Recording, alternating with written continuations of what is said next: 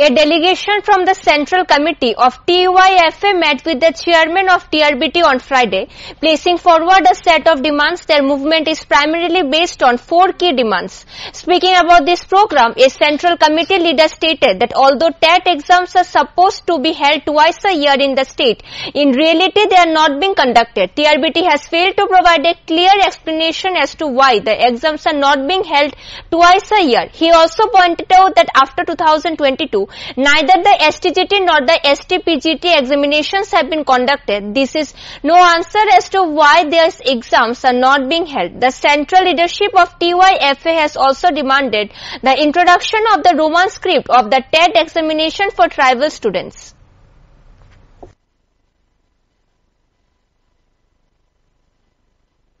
Tribal youth federation, উপজাতি যুব federation কেন্দ্রীয় কমিটি 4 দফা দাবি নিয়ে চেয়ারম্যান টিচার্স রিক্রুটমেন্ট বোর্ড ত্রিপুরার নিকট আমরা দ্বারস্থ হচ্ছি। 4টি দাবির ভিতরে হচ্ছে আমাদের রাজ্যের যে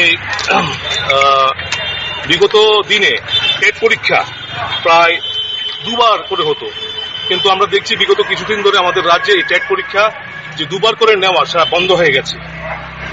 তার পাশাপাশি আমাদের রাজ্যে আমাদের 2 নম্বর দাবি, খুব গুরুত্বপূর্ণ দাবি, আমাদের রাজ্যের STGT STPGT যে পরীক্ষা সেটা 2022-21 সালের পর প্রায় বন্ধ হয়ে গেছে।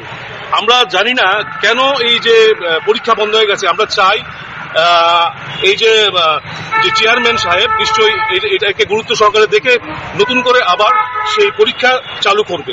টেট এক্সামিনেশন আমাদের রাজ্যে প্রতি বছর হয়, কিন্তু আমরা দেখেছি গত 27শে এপ্রিল আমাদের রাজ্যের যখন টেট পরীক্ষা হয়, উপজাতি অংশের যে যুবক যুবতীরা পরীক্ষা দিয়েছে, তখন আমরা দেখতে পারলাম একটা প্যানিক ক্রিয়েট হয়েছে কি উপজাতি অংশের যুবক যুবতীদের জন্য যে রোমান স্ক্রিপ্ট দেওয়া উচিত, ওইখানে পরীক্ষার জন্য সুবিধা করে দেওয়া উচিত, এখানের যে কর্তৃপক্ষ থেকে কোনো বন্দোবস্তপনা করেনি। আমরা চাই রোমান স্ক্রিপ্টের বন্দোবস্ত এবং বাংলা স্ক্রিপ্টের বন্দোবস্ত উভয়ই যেমন থাকে আমাদের রাজ্যের যে কোনো পরীক্ষার ক্ষেত্রে।